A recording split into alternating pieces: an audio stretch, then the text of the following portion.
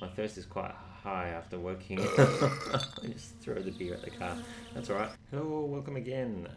Thanks for watching. This is episode, well, technically it's episode 3 of my summer car. The first episode was kind of a fail though, so you could consider this episode 2.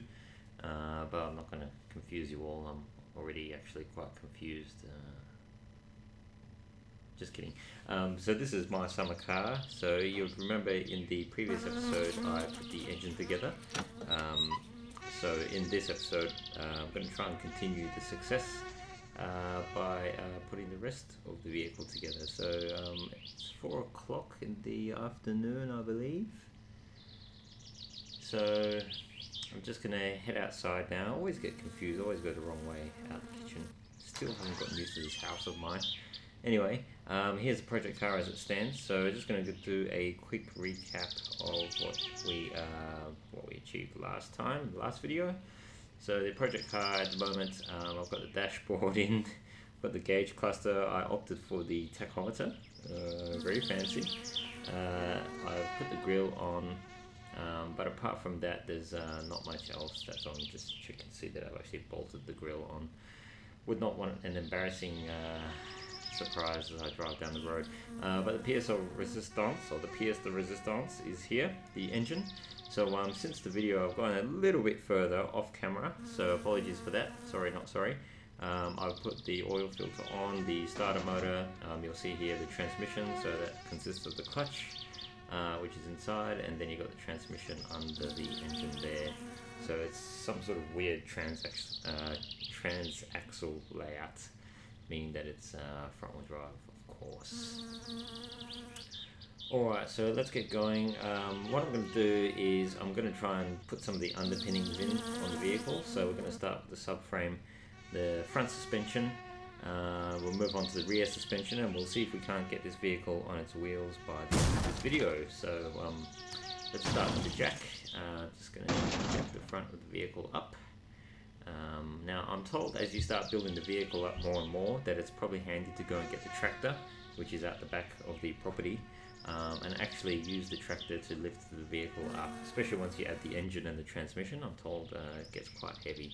But anyway, at the moment it's quite bare still. We've just got the bare body shell. So first things first is the subframe. So that's basically just a huge piece of metal that gets bolted to the body. And the suspension gets bolted to that, and the engine, of course. So I've got my little trusty toolkit here. So I'm just going to obviously bolt the subframe on. So bear with me while I do that. There's 4 bolts for the subframe. I'm going to try and detail this as much as I can for the benefit of the viewers, constant viewers, such as yourself playing along at home. Thank you for watching. Okay, so that's the subframe on. There's 4 bolts, as I mentioned earlier. Now here we've got the front right hand wishbone, or control arm I should say. The front left control arm. And all these obviously get bolted into, so there's 2 bolts for the control arms. Yes, that's the right hand side done, left hand side done. Okay. I've just noticed that the vehicle seems to be moving on the jack. It's sort of shifted over, so I think I'm going to lower the jack and just start again. Okay, it's better. Okay, so the next things are the spindle, or the hubs as they're also known as. Oops, let's try that again. And I haven't even had any beers yet. Come on. Now, as you bolt the spindles on, there are bolts behind that need to be done up, so I'm just going to do that. You can access them from the outside, like so.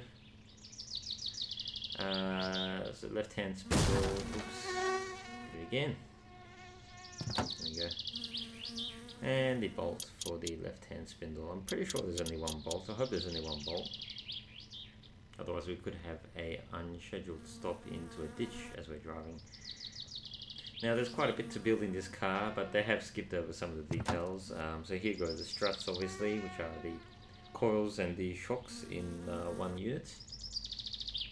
These get bolted to the strut towers on the frame, as well as the lower suspension arms. So here's the strut tower bolts going in. Apologies, I can't give you the bolt number of the spanner size. Sorry, we just have to sort of figure that out. It's fun, believe me, having to go through that toolbox one by one to find the right wrench. Just kidding.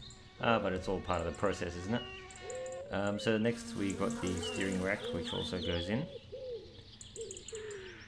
And to the steering rack you can obviously attach the steering rods, which feed out to each wheel, to each of the front wheels, obviously to steer them. But in order to bolt the steering rack into place, the easiest way I've found is to actually literally jump into the engine bay, like so. And from the inside of the engine bay here, obviously there's no engine yet, we're going to bolt on the steering rack. Fantastic. Now something has seemed to have happened to my vehicle as I was working on it. The jack has ended up here and the vehicle has somehow shifted. You can see here that the vehicle has moved almost to the side of the garage. So maybe we need to fix that. Now my plan of attack is to put the front wheels on, so we'll just continue doing that for the second. So here come the front brake discs. Now I'm told that the half shafts or the drive shafts also share those bolts, so I might have to unbolt them at some stage. I actually just want... I can't close the garage doors. Alright, my fatigue's getting quite high again. And okay, so I just want to quickly show you this. I've unplugged the telephone from the wall. I'd recommend doing this before you go to bed in the game, because otherwise you'll get woken up like I did in the last video by my friend. I use the term loosely, who woke us up at 2 AM because he wanted to be picked up from the pub. Of course, he's forever thrown off our sleeping schedule, it seems, because still sleeping irregular hours, as you can see. It's only 6 o'clock in the evening and I've just woken up from a nap. But I hope as I continue to play this game, my sleep schedule will find its way again, and I'll start sleeping at night time like I should be. Excuse me. Okay, might as well have some food. Just drop it on the ground like I normally do. Make sure we close the fridge. Have another drink. That's better. I went the wrong way again, see? Keep forgetting which way the front door is. Anyway, okay. We've got our front disc brakes on, onto the spindles, so basically we can probably start putting the front wheels on now, and then we'll go and fetch the the tractor. I have had 2 beers, sorry. In the game, of course, I think. Okay, so that's the front right wheel there. Just going to jack the vehicle up. You can't just grab any wheel and try and put it on, I've realised, but anyway. Okay, so there's the front left wheel. It's all bolted in. And I have put the front right wheel on already, just going to finish bolting that in here. Okay, awesome. So we've got the front 2 wheels are on. Fantastic. So I'm just going to jack the rear of the vehicle up, and this is just in preparation for bringing the tractor around, so that I can place the tractor's forks, the hydraulic forks, underneath the rear end of the vehicle. And the idea is to basically lift the vehicle all the way up and put the rear suspension into place. So just making a little walk to the rear of the property. And I've never driven this tractor before, so you'll just have to bear with me. Here's the hydraulic forks there that I was talking about, which should be a boom for lifting up the car. So let's see if we can get this tractor to work. I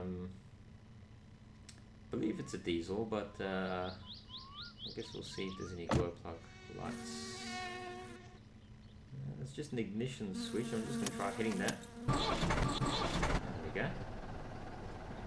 So I might as well just do a quick rundown. I am obviously using the Logitech G27. We've got a hand throttle here. So I believe you use that to speed up the engine when you want to run the hydraulics while the vehicle stationary. We've got a diff lock, we've got the hydraulic lever itself, and also a range selector. And the handbrake, is that the handbrake? Maybe it's this, no, that's not it. I think it's this one, yeah, I think it's, yep, that's it. So just right click to let handbrake down. So I'm in low range at the moment. It's only got 3 speeds, so in third low, which is, you know, top gear low range, you're not going to go very fast. So as you can see here, I might flip it into high range. There we go. Let's see if third can get us up this hill. I'm feeling that it probably can't. And third high can't get us up this hill. Okay, it's probably a bit ambitious. Back to first high, and thankfully that got us over. You might want to switch to low range when you're doing very low speed operations here, like moving the vehicle. But first what I want to do is, I'm just going to move the jack slightly more forward under the vehicle. And I'll put in the trailer. Tractor, I keep saying trailer. So let's try and raise the vehicle. Oh, looks like the tractor's actually getting raised. What the? That's not right. That is not right, man. Let's get rid of the jack. Whoa! Okay, I think that's a bit of a glitch, but anyway. We've done what we need to do, so let's reverse the vehicle out. So the whole point of what I'm doing here is just trying to move the vehicle back so it's not blocking the garage doors. Awesome.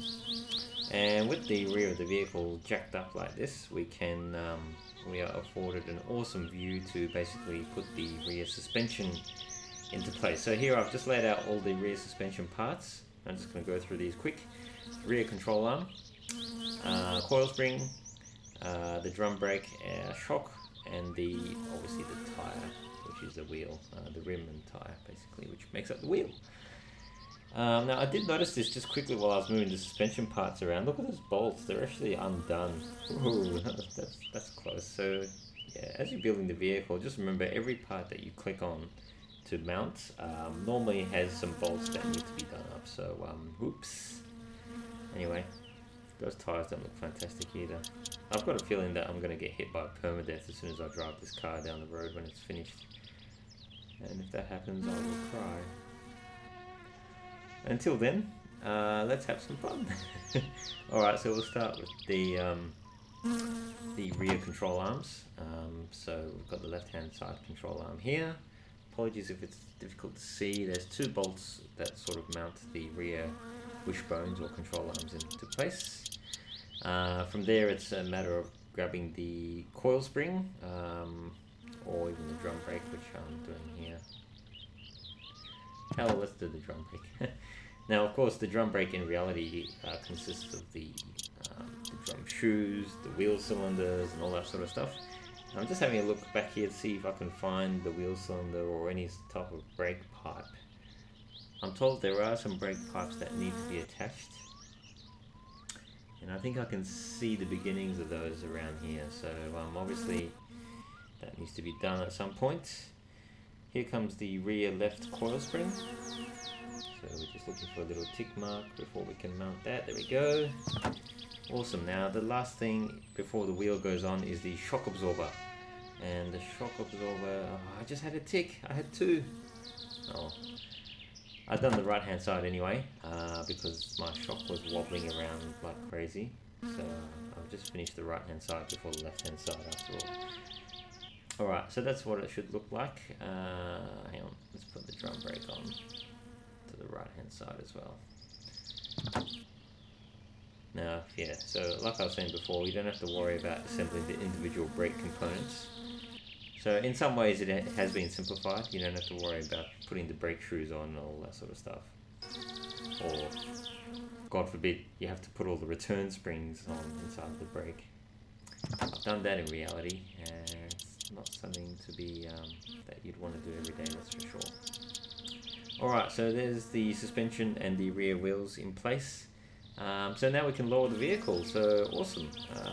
That's looking really good, that's coming along really nicely, I must say.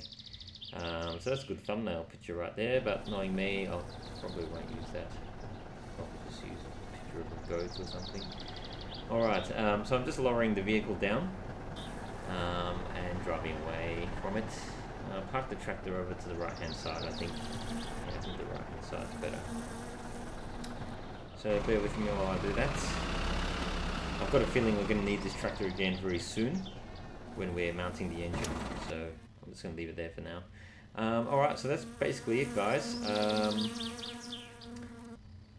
Yes, so the vehicle's on its wheels, fantastic. Suspension's in place, wheels are on. So after this we can start looking at putting the engine in, putting some panels on. We should be looking good. I might just finish up by, I've noticed that this rear seat's been sitting here for a while. Let's get it out of the weather as such and put it slightly more out of the weather. Into the vehicle with no doors. Alright. Cool.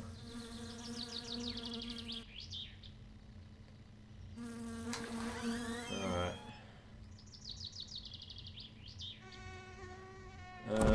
Okay, let's just grab a bite to eat.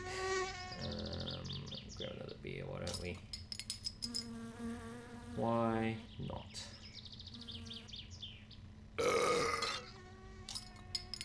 Make that two. My thirst is quite high after working. I just throw the beer at the car. That's alright. Yeah, so that's it.